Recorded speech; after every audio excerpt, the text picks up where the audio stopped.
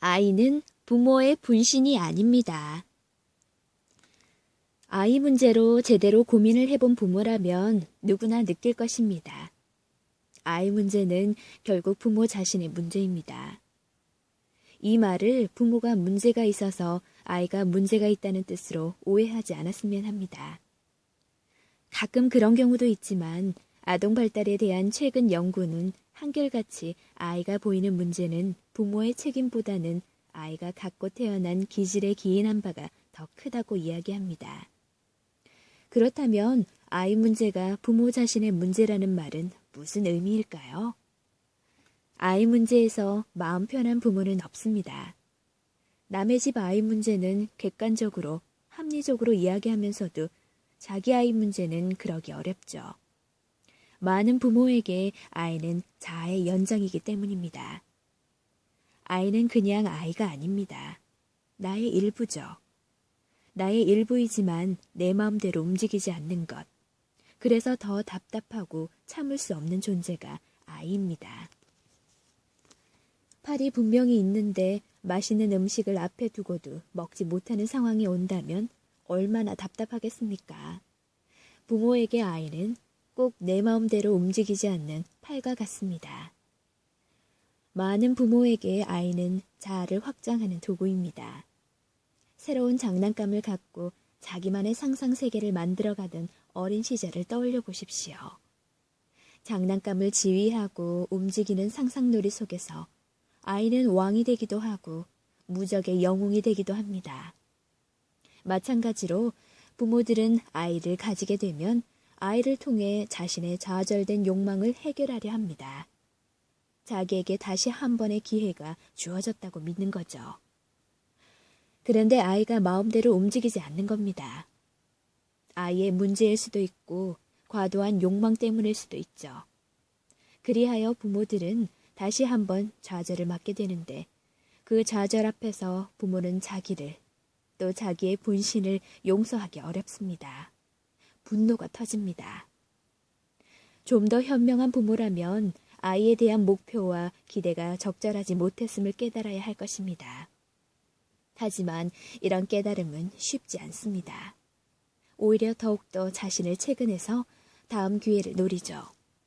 물론 그 채근은 결국 아이에게 더 큰 강요와 부담으로 다가갈 것입니다.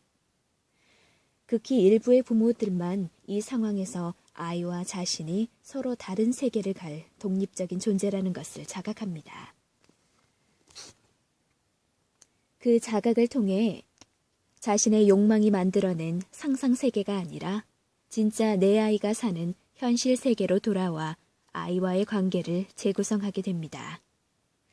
그러나 콤플렉스로 힘들어하던 부모라면, 자기의 문제로 좀 더 괴로워하던 부모라면 이러한 자각이 쉽지 않습니다.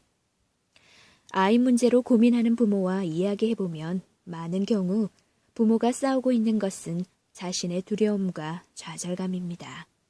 아이의 성공을 위해 노력한다고 하지만 그 뒤에는 자신의 욕망이 도사리고 있습니다. 그래서 정도 이상의 과도한 반응이 나오게 되죠.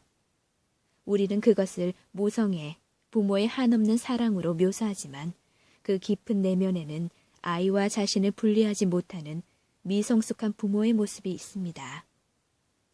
그렇다면 답은 무엇일까요? 결국 아이와 자신의 경계를 인정하는 것입니다. 아이의 세계와 자신의 세계, 아이의 미래와 자신의 미래의 경계를 인정하는 것이죠. 부모가 아이에게 개입하는 데는 한계가 있을 수밖에 없고 지나칠 경우 오히려 문제를 악화시킨다는 것을 받아들여야 합니다. 또 자신의 부풀려진 두려움을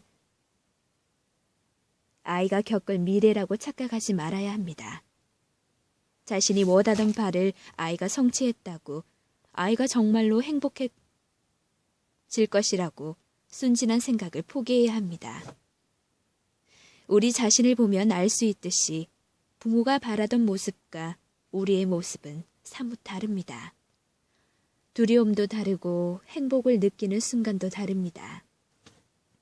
그렇게 부모의 기대와 아이의 바람이 다른 것이 인간의 역사입니다.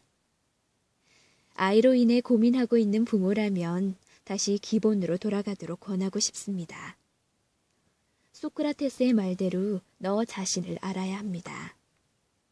부모가 부모 자신을 알고 내가 바라는 것과 현실의 아이를 나누어서 볼 수 있어야 합니다.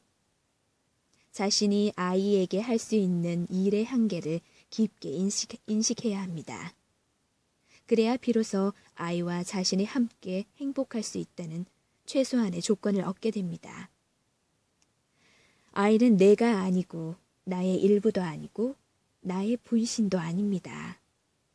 아이는 자신만의 몸과 정신을 가진 독립적인 존재입니다. 그 아이가 어떻게 될지는 부모로서는 알 수 없습니다. 다만 우리는 부모로서 자신의 도리를 할 뿐이죠. 아이를 내 기대대로 만들 때보다 아이에게 내 도리를 다할 때, 그때 부모가 더 행복해집니다.